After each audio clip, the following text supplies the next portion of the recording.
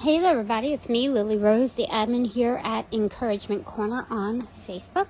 And we are continuing on today in the book of John, chapter 8.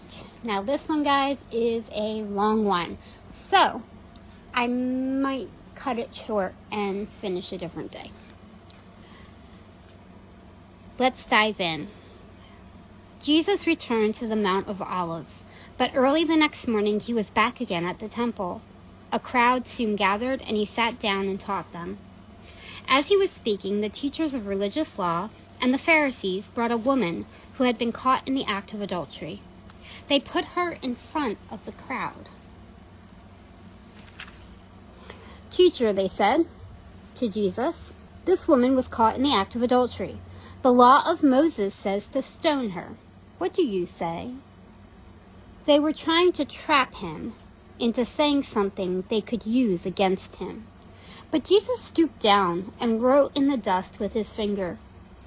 They kept demanding an answer, so he stood up again and said, "All right, but let the one who has never sinned throw the first stone." Then he stooped down again and wrote in the dust. When the accusers heard this, they slipped away one by one, beginning with the oldest, until only Jesus was left in the middle of the crowd with the woman. Then Jesus stood up again and said to the woman, "Where are your accusers? Didn't even one of them condemn you?"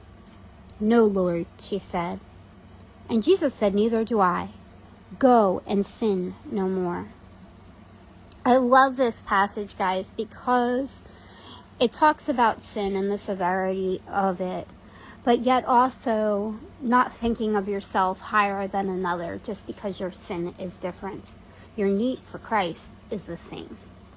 And that's what I always get out of that passage, and I really love it.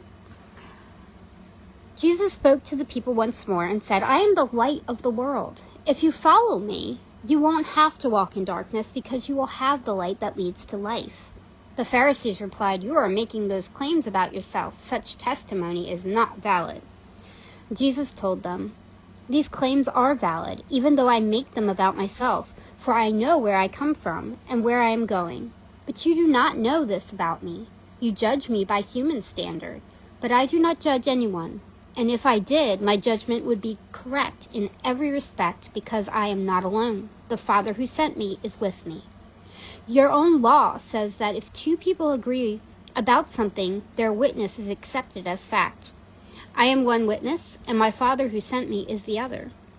"Where is your Father?" they asked. Jesus answered, "Since you don't know who I am, you don't know who my Father is.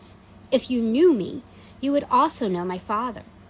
Jesus made the statement while he was teaching in the section of the temple known as the treasury. But he was not arrested because his time had not yet come. Later, Jesus said to them again, "I'm going away. You will search for me, but you will die in your sin. You cannot come where I am going." The people asked, "Is he planning to commit suicide? What does he mean, 'You cannot come where I am going'?" Jesus continued, "You are from below. I am from above. You belong to this world, and I do not.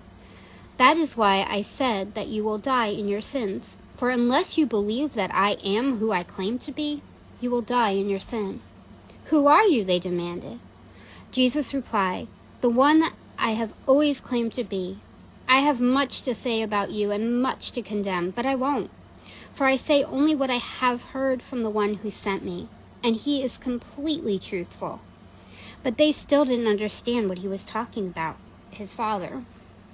So Jesus said, "When you have lifted up the Son of Man on the cross, then you will understand that I am he.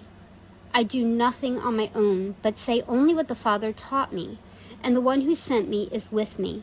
He has not deserted me, for I always do what pleases him." Then many who heard him say these things believed in him.